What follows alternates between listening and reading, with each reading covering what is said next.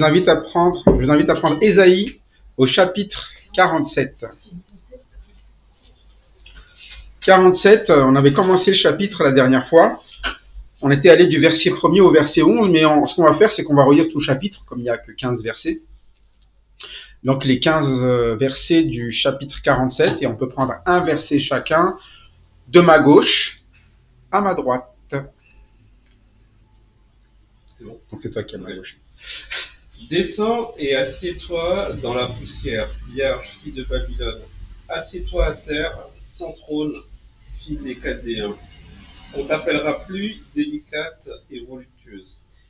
Prends le moulin et moud de la farine. Retire ton voile, relève les pans de ta robe, découvre tes jambes et traverse les fleuves. Ta nudité sera dévoilée et ta honte sera exposée. J'exercerai ma vengeance sans aucune opposition. Notre Rédempteur, c'est celui qui s'appelle l'Éternel des armées, c'est le Saint d'Israël. Assieds-toi en silence et va dans les ténèbres, fille des Chaldéens. On ne t'appellera plus la souveraine du royaume. J'étais irrité contre mon peuple, j'avais profané mon héritage, et je les avais livrés entre tes mains. Tu n'as pas eu pour eux de la compassion. Tu as durement appesanti ton joug sur le vieillard. Tu disais, je serai toujours souveraine, un tel point que tu n'as rien pris du tout. Cela à cœur. Tu n'as pas rappelé que cela prendrait fin. Écoute maintenant ceci, voluptueuse, qui t'assit avec assurance et qui dit en ton cœur, moi et rien que moi, je ne serai jamais veuve et je ne serai jamais privée d'enfant. Si de souffrance-là, perte d'enfant et le veuvage t'attendront en un instant et en un seul jour, elles te frapperont de plein fouet malgré toutes tes rites de sorcellerie, malgré toute la puissance de tes pratiques magiques. Tu avais confiance dans ta méchanceté, tu disais personne ne me voit. Ta sagesse et ta science t'ont séduite, et tu disais en ton cœur, moi et rien que moi. Le malheur viendra sur toi sans que tu en vois l'aurore, la calamité tombera sur toi sans que tu puisses la conjurer, et la ruine fondra sur toi tout à coup à l'improviste. Reste donc au milieu de tes enchantements et de la multitude de tes sortilèges, auxquels tu as consacré ton travail dès ta jeunesse. Peut-être pourras-tu en tirer profit, peut-être deviendras-tu redoutable. Tu t'es fatigué à force de consulter.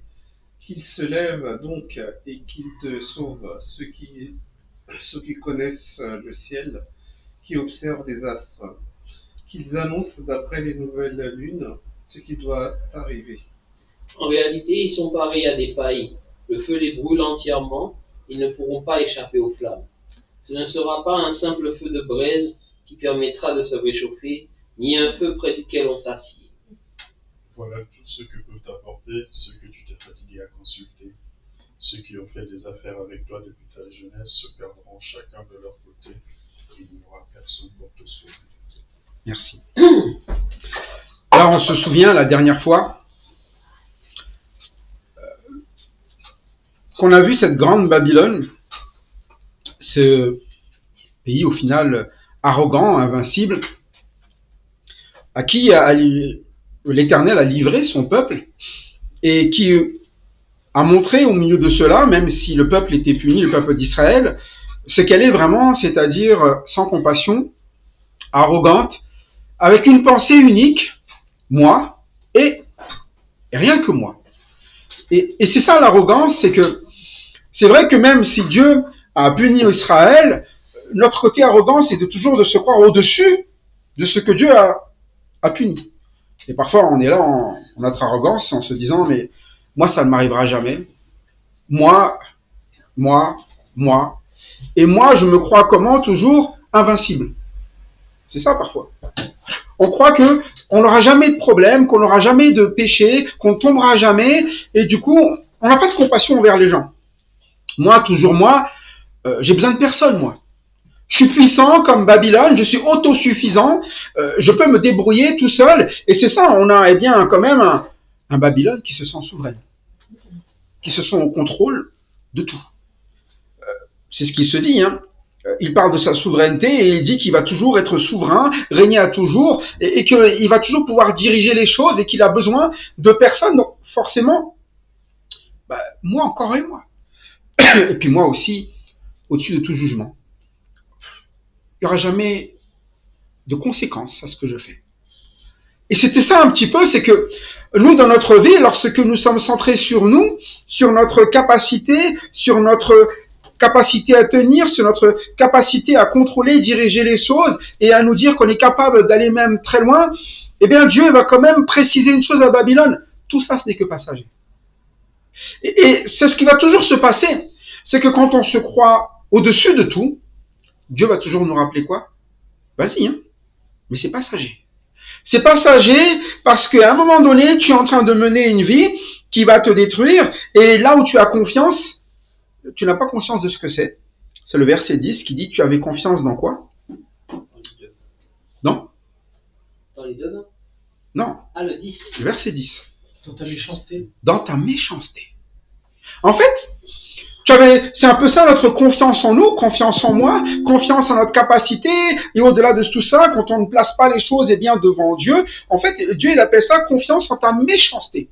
C'est-à-dire que ce qui va te diriger, ce qui va te motiver, ce ne sont pas des choses qui sont bonnes, ce sont des choses méchantes, des conseils de méchants, et c'est des choses que tu feras même quoi? Puisque tu penses à tout savoir, puisque tu penses être autosuffisant, en fait, tu feras même les choses de manière cachée, là où personne ne te voit. En fait, tu vas être séduit par quoi? Par toi, par ta propre sagesse, par ta propre science, et ton cœur, effectivement, n'a qu'une seule chose en pensée, moi, et rien que moi. Et Dieu est en train de nous rappeler ici qu'il y a des moments dans notre vie où on se croit fort et élevé, mais c'est exactement ça le moment où on va commencer à préparer ce qu'on appelle la chute. L'orgueil précède toujours quoi? C'est une loi spirituelle. Et que ce soit un pays, une personne, ça ne changera jamais. Il y a toujours ce principe que dès qu'on s'élève là où Dieu ne veut pas que nous allions, Dieu va toujours nous ramener à redescendre. C'est pour ça que tous les grands pays qui ont régné, on l'avait déjà vu dans Ésaïe, que ce soit l'Égypte, que ce soit l'Éthiopie, que ce soit la Syrie, que ce soit Babylone, aujourd'hui vous le retrouvez tous où? Donc au musée, en ruine. C'est-à-dire que l'histoire même nous montre que Dieu les place dans leur honte. Voici ce qui reste des arrogants. Et parfois, nous ne croyons pas que quand Dieu dit quelque chose, ça va se passer, mais les arrogants sont au musée. Et toutes ces personnes qui pensaient être grands, forts, réussir, en fait, ce sont des peuples qui sont juste des peuples de l'histoire passée. Alors que ce petit peuple, qui était puni, parce que Dieu a simplement voulu les garder, ils sont toujours là. Pourtant, c'est pas une nation puissante à la base. Elle veut être puissante parce qu'elle veut ressembler aux autres, mais à chaque fois qu'elle veut ressembler aux autres dans la Bible, qu'est-ce qui lui arrive? C'est la chute. Mais parce que Dieu a fait une promesse, il la ramène toujours. Il restaure. Et c'est pour ça que ce livre est destiné à Israël. C'est dès le départ, quand Dieu parle dans Ésaïe, il s'adresse à la nation pécheresse. Et la nation pécheresse, c'est pas les nations. Il s'adresse à qui? À Israël. Il dit, mais combien de fois il va falloir que je te reprenne pour que tu comprennes? C'est ce qu'il dit au chapitre 1er. Qu'est-ce que je vais devoir encore inventer? Eh bien, comme châtiment pour que tu comprennes qu'à un moment donné, arrête d'imiter quoi? Arrête de imiter les autres. Arrête de te fabriquer des idoles. Arrête de faire à la manière des hommes. Regarde ce que je fais d'eux. Et toi, je te garde. Et c'est pour ça que c'est toujours un avantage lorsque nous avons la parole qui est auprès de nous. Elle nous rappelle toujours les choses. Elle nous rappelle ceux qui vivent sans la parole, ce qu'ils adviennent d'eux. C'est qu'à un moment donné, il y a toujours une ruine, mais elle nous rappelle aussi qu'il est toujours prêt à restaurer celui qui a pris mis sa confiance en lui, même lorsque nous nous détournons de lui. Et ça, pour nous, eh bien, qui ont cru en Jésus-Christ, c'est à la fois un avertissement, mais à la fois une espérance. L'avertissement parce que tu sais tout de suite, quand tu pars vers un orgueil, d'une autosuffisance, d'être invincible ou de te croire hors de jugement, tu sais que tu vas tomber. Tu le sais. Mais de croire aussi que si tu tombes, le Seigneur peut toujours quoi? Te relever. Et ça, si tu fais partie eh bien, des enfants de Dieu, c'est normal. Il veillera sur toi. Mais il va expliquer quand même la raison pour laquelle tu en arrives là. Parce que parfois on se dit, mais à quel moment est-ce que l'orgueil est venu dans ma vie? À quel moment est-ce que je me suis retrouvé à n'écouter que moi, parce qu'au début, j'écoutais pas que moi. Au début, j'étais prêt plutôt à être ouvert, à écouter, au final, d'autres choses. Les autres. Mais quels autres? Malheureusement, les autres, c'est ceux à qui Dieu dit n'écoute pas. Et nous, parfois, on est comme ça en tant que chrétiens. Dieu nous dit qui écouter.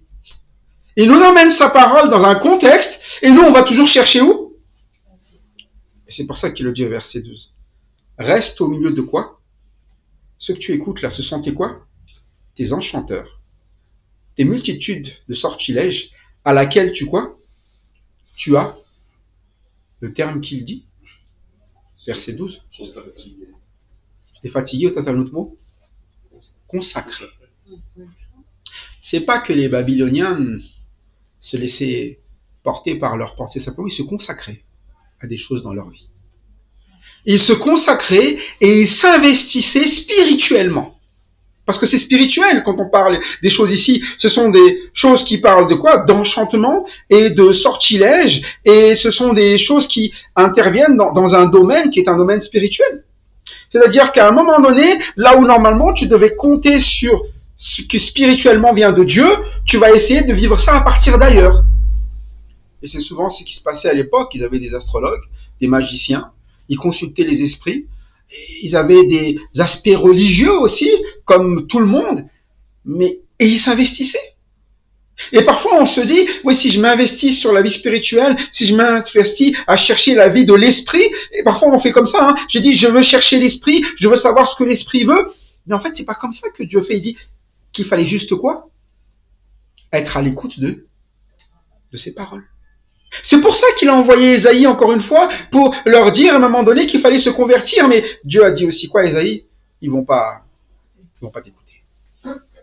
Ils ont beau savoir quel est l'investissement, ils vont pas t'écouter. Ils vont faire comme qui? Comme le fait Babylone. C'est pour ça qu'il parle de Babylone ici aussi. Il dit Babylone, regarde, il fait des efforts aussi spirituellement. Il va chercher, mais au mauvais endroit. Il va chercher dans les enchantements. Pourquoi les enchantements? C'est quoi le principe d'un enchantement? C'est impressionnant. Ouais, et puis surtout, oui, c'est la sorcière. Seulement, c'est quoi le principe? Ça fait ce qui nous plaît. Ça fait ce qui nous plaît, non? Un enchantement, c'est quoi? C'est comme les gens, là, j'ai dit, oh, je suis amoureux d'un tel, fais-moi un filtre de quoi? Pourquoi croyez-vous qu'à un moment donné, vous vous retrouvez dans les boîtes aux lettres avec maître machin, qui est capable de vous donner amour, santé, machin, et tu te dis, mais il est fou de distribuer ça. Qui peut croire en ça? S'il le distribue, C'est qu'il y a des gens qui y croient. c'est qu'il y a des gens qui y croient. Mais parce que l'homme est comme cela. Quand il se trouve dans une envie d'essayer de maîtriser son destin, et qu'on lui dit, tu peux maîtriser ton destin. Et un enchantement, ça te permet de quoi? De maîtriser ton destin. Tu peux devenir la personne que tu veux être. Vous avez jamais entendu ça? Ouais. La meilleure version de... Toi-même. Et ça se vend bien. Du coup, chacun est là en train de dire, je peux devenir, et je peux être transformé, me transformer. Mais est-ce qu'on peut se transformer? La Bible nous apprend quand même que tout comme un guépard ne peut enlever ses taches, tout comme un Éthiopien ne peut changer sa peau, le péché, on ne peut pas le retirer. Et la transformation, elle vient de celui qui est seul capable de l'opérer, c'est de Dieu. Et souvent, on va chercher ailleurs ces choses-là, et on s'y consacre même. Et il s'y consacre depuis quand? Depuis sa jeunesse. Et il y a de l'ironie ici. Hein. Il dit, vas-y, hein. Reste-y. Peut-être pourras-tu quoi? Devenir redoutable. C'est vrai que quand même, on s'est dit, ah, Babylone est redoutable, c'est vrai. Et là, il dit, depuis sa jeunesse, là, il a avancé, il a vécu des choses, et il y a des gens qui vont pouvoir vous dire, oui, ça m'a aidé dans ma vie, ça m'avait avancé. Oui, mais attends. Viendra le moment au verset 15, au verset 13, pardon, tu vas aussi quoi maintenant? T'épuiser. Si vous voulez porter quelque chose que seul Dieu peut faire, à un moment donné, ça devient quoi? C'est comme si vous demandez à un enfant de porter 80 kilos. Déjà pour un adulte, c'est compliqué. Pour un enfant, il va se retrouver quoi? Et c'est un peu ça. Vous voulez diriger, contrôler votre vie, mais vous n'êtes pas capable de diriger ou contrôler votre vie. C'est pour ça que Dieu nous a donné quoi? Un Seigneur et un Sauveur. Pour qu'il amène une direction, hein. Il nous a donné un berger pour qu'on puisse le suivre. Vous êtes des brebis, vous n'êtes pas des personnes qui sont capables de vous diriger tout seul. Hein. Mais on n'aime pas ça. Hein. C'est ça l'arrogance. Non. Et puis, le fait de venir vers des astrologues, des devins, on prend en main notre vie. Hein. Moi, peut-être beaucoup d'entre vous, vous avez grandi peut-être dans des familles chrétiennes. Moi, quand j'étais jeune, j'aime bien écouter l'astrologie. Pourquoi? Parce que ça me donnait un peu un moment où je pouvais essayer de trouver qu'est-ce que je pouvais faire dans la journée par rapport à ce que j'étais en train de... Ah, je vais pouvoir prendre en main là. Ah tiens, j'ai entendu que je vais faire ça, je vais faire ça. Et ça me donnait un espèce d'espoir trompeur. Mais au moins, ça me donnait la main sur ma vie. Et quand on entend Dieu qui parle à Israël et qui dit à Israël une chose, c'est que sans moi, vous ne pouvez rien. Oh non. Ça, on n'aime pas. C'est pour ça que quand on présente même le salut aux gens, crois au Seigneur Jésus et tu seras sauvé, ils voient ça comme une quoi? Juste, je crois qu'il a payé pour mes péchés, et puis qu'à un moment donné, il est mort ressuscité et je serai sauvé. Ah non, c'est trop quoi? Faut que je prenne en main ma vie. Hein. Faut que je me sauve. Mais c'est ça, les astrologues, les devins, la magie, c'est que c'est moi qui développe le moyen, et c'est moi qui veux quelque chose et qui demande quelque chose, mais c'est une fatigue qu'il va y avoir. C'est pour ça que quand Dieu dit, parfois, bah vas-y, de manière ironique, ben, il précise que c'est ironique parce que d'ailleurs tu t'es fatigué à force de quoi? De consulter. Il va consulter. C'est pas qu'il le fait pas, mais au mauvais endroit. Il va chercher la guérison de son âme là où personne ne peut le guérir. Et beaucoup d'hommes font ça. Ils veulent guérir leur âme. Et puis ils vont consulter. Ils vont demander comment traiter les problèmes de l'âme, comment veiller à avoir des relations bonnes les uns avec les autres, comment veiller à ne pas se retrouver dans un problème de pardon, dans un problème à un moment donné de querelle, de colère qu'ils ont depuis qu'ils sont jeunes, tout ce que vous voulez. Mais vous pensez que la parole de Dieu, elle n'a pas pensé à ça? C'est écrit bien dedans, non? La manière de le faire et de le vivre, et c'est l'esprit qui va pouvoir nous amener un fruit que le monde ne peut pas nous amener. Pourtant, même chez les chrétiens, nous ne croyons pas en ce qui est écrit. Nous allons toujours chercher pour la guérison de notre âme ailleurs que là où Dieu va l'amener.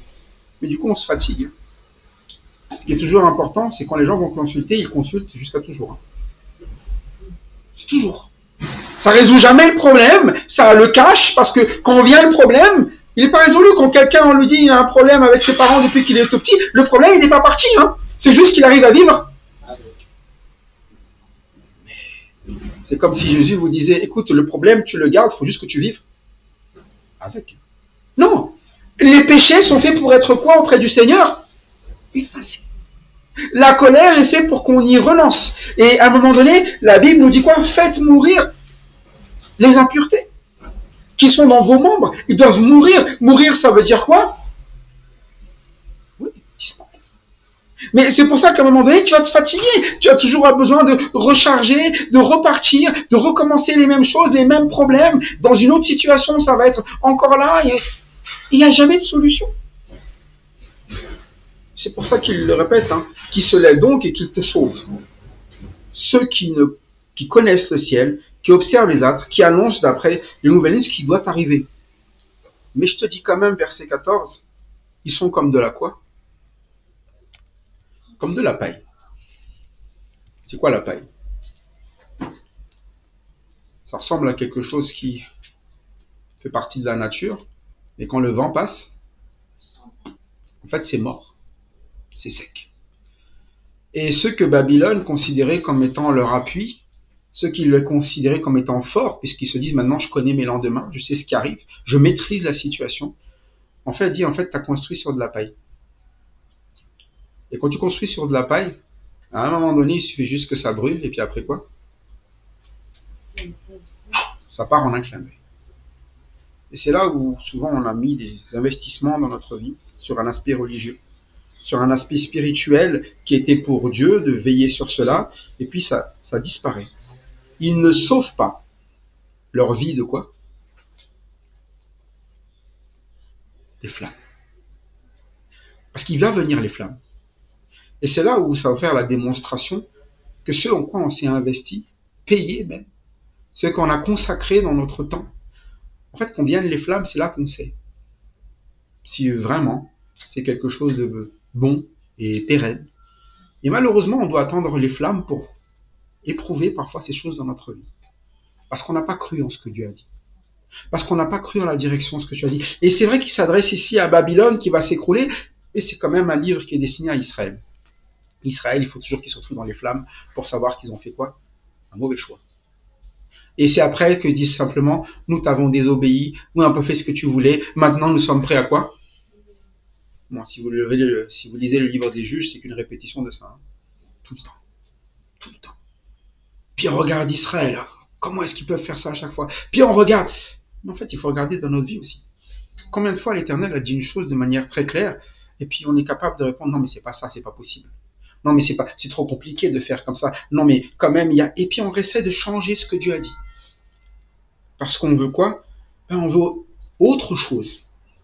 Oui, on ne va pas être peut-être dans les astres, on ne va pas être dans l'astrologie, pardon, on ne va pas être dans toute la partie magie et tout cela, parce que ça, on dirait que c'est folklorique, ou même pour un chrétien, c'est pas trop bon, mais on est quand même aujourd'hui dans le monde chrétien. Je montrais à ma femme, il y avait des personnes, ils avaient des kakémonos, et puis ils affichaient des choses que je pouvais revoir tout à fait quand j'étais au boulot, sur la manière de coacher la vie des gens, et on prend des modèles comment? Pourtant, Dieu n'a jamais fait comme ça. Il a toujours, amené sa parole pour amener salut. Du temps des apôtres comme du temps des prophètes, ça n'a jamais changé. Et c'est pour ça qu'il ne parle pas ici à un moment donné, de s'améliorer. Le terme qui est écrit, c'est quoi? De quoi ils ne vont pas vivre dans les flammes. Ils ne seront pas quoi? Ils ne sauveront pas leur vie. Parce qu'on ne comprend pas que la parole de Dieu, elle n'est pas là pour nous aider à nous améliorer ou à être meilleur, mais elle doit sauver une vie qui est en train de quoi? De se perdre. Une vie, qui va s'effondrer, une vie qui va être encore pire que ce que elle présumait être déjà auparavant. Et ce ne sera pas du charbon dont on se chauffe, il dit, ni un feu auprès duquel on s'assied, et c'est pas quelque chose qui va être utile. En fait, c'est la paille. Un charbon, au moins, ça, quand vous tenez à côté, ça tient un temps. Et puis, ça fait du bien. Il y a quelque chose qu'on peut faire dessus. C'est de la paille. Et de la paille, vous faites même quoi avec? Rien. Ça crame en un coup et c'est fini. Il n'y a pas de chaleur, il n'y a pas de lumière auprès des personnes qui bâtissent leur vie sur cette direction qui est loin de Dieu. Et c'est ça ce qu'il dit, c'est que, selon les versions que vous avez, soit c'est tel sera le sort de ceux sur qui tu te fatiguais à consulter, mais il y a d'autres versions qui disent simplement, voilà tout ce que peuvent t'apporter ceux que tu t'es fatigué à consulter. Et c'est bien parce que Dieu, au final, il fait le bilan et dit, voilà, tu veux continuer à faire ça, voilà ce que ça peut t'apporter. Oui, tu auras la gloire un temps. Et c'est vraiment un message pour aujourd'hui, c'est ce que les gens cherchent, la gloire un temps. D'ailleurs, dans la société d'aujourd'hui, c'est souvent ça. Hein. Vous avez des gens, ils courent pour la gloire, ils savent que ça va durer qu'un temps, mais ils sont prêts à investir quoi? Tout pour l'avoir. Mais après, très souvent, les vies, ils disparaissent. Et puis quand vous dites, qui est devenu machin? Ah oui, d'accord. Et puis, quand vous discutez avec eux, leur vie ne tourne que ce qui s'est passé quand? Avant. Avant, tu sais, je fais ça. Avant. Mais nous, notre vie ne tourne pas ce qui s'est passé avant, elle tourne ce qui va se passer derrière. Notre vie est tournée vers le retour du Seigneur et la vie au ciel. Plus on avance, plus les choses seront comment? Glorieuses dans notre vie lorsque nous avons cru en Dieu. Parce que lui, il nous amène de progrès en progrès, il nous sanctifie, on ne va pas passer, comme si c'était des choses temporaires, et on ne va pas, comme il est dit au verset 15, être des personnes qui vont continuer à se fatiguer. Nous, on est plutôt des personnes qui, dans la Bible, quoi, lorsqu'ils s'offrent à Dieu, lorsqu'ils s'offrent comme des sacrifices vivants, nous sommes des personnes qui nous renouvelons constamment. Lorsque nous sommes en Jésus-Christ, nous ne nous fatiguons pas, toutes choses deviennent toujours quoi? Nouvelles. Nous sommes rafraîchis, nous sommes des personnes qui sont poussées pour que, même si à l'extérieur ça se dégrade, à l'intérieur ça se renouvelle toujours. Mais on sait que quand on se retrouve dans cet état de fatigue, c'est qu'on a fait un mauvais investissement. Le bon investissement, c'est pas de trouver quoi faire. Le bon investissement, c'est de confier sa vie simplement à Dieu. Et c'était ce petit peuple qui devait avoir compris cela, puisqu'il leur est toujours rappelé la manière dont ils sont sortis d'Égypte, qui ont essayé de trouver autre chose aussi. Comment ils sont sortis d'Égypte? On rappelle toujours, hein, c'était pas des guerriers. Ils n'ont pas fait la guerre. Il n'y avait pas de stratégie. Ils avaient juste qu'à faire quoi? Comme Dieu a dit. Suivez Moïse.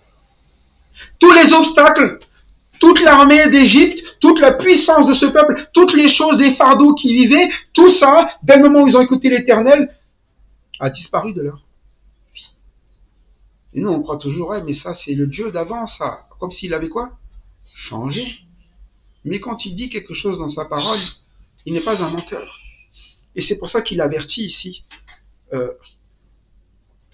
Le sort de ceux qui se fatiguent à consulter, il est le même toujours. Tout va bien au début, et après tout s'écroule.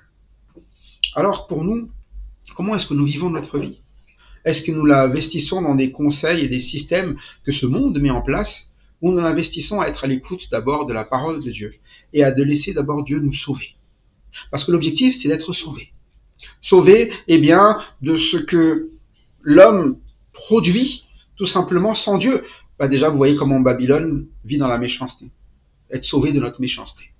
Vous voyez aussi la conséquence. Être sauvé des conséquences de notre arrogance, qui est de détruire les autres, puisqu'il n'y a pas de compassion, mais aussi de nous retrouver, nous, sur la paille. Et puis, à un moment donné, il le dit, c'est des choses que l'on vit depuis la jeunesse. Et parfois, on se dit, c'est comme ça que j'ai appris les choses. Et parfois, on se dit, oui, mais depuis que je suis jeune, on fait comme ça, et je vois pas où est le problème. Il dit, mais c'est pas parce que tu l'as fait depuis toujours que c'est la bonne façon de faire aussi. C'est pour ça qu'on a besoin d'écouter la parole de Dieu, même dans une église. Parfois, on est là dans l'église, et puis on se dit, oui, mais c'était comme ça avant. Mais est-ce que le but, c'est de refaire ce que je fais depuis ma jeunesse, ou le but, c'est toujours d'écouter ce que Dieu a à me dire? Et ça, c'est l'important. Sinon, on finit comme Babylone en disant, mais on a toujours été un grand peuple comme ça. Mais c'est là que vient ce qu'on appelle ici, lorsqu'on se fatigue, dès sa jeunesse, dès qu'on trafique avec cette façon de faire, il y a ce qu'on appelle ici de la dispersion. Et ce qui va arriver au final, et la manière la plus triste dont on peut finir notre vie, c'est qu'à la fin, il y a quoi? Il dit? Personne qui viendra nous sauver. Et on voit la tristesse pour ceux qui ne connaissent pas le Seigneur tout court, c'est que oui, à la fin de leur vie, il n'y a personne qui viendra les sauver de la mort. Il n'y a pas de résurrection. Il y a la mort éternelle. Et ça, c'est vrai.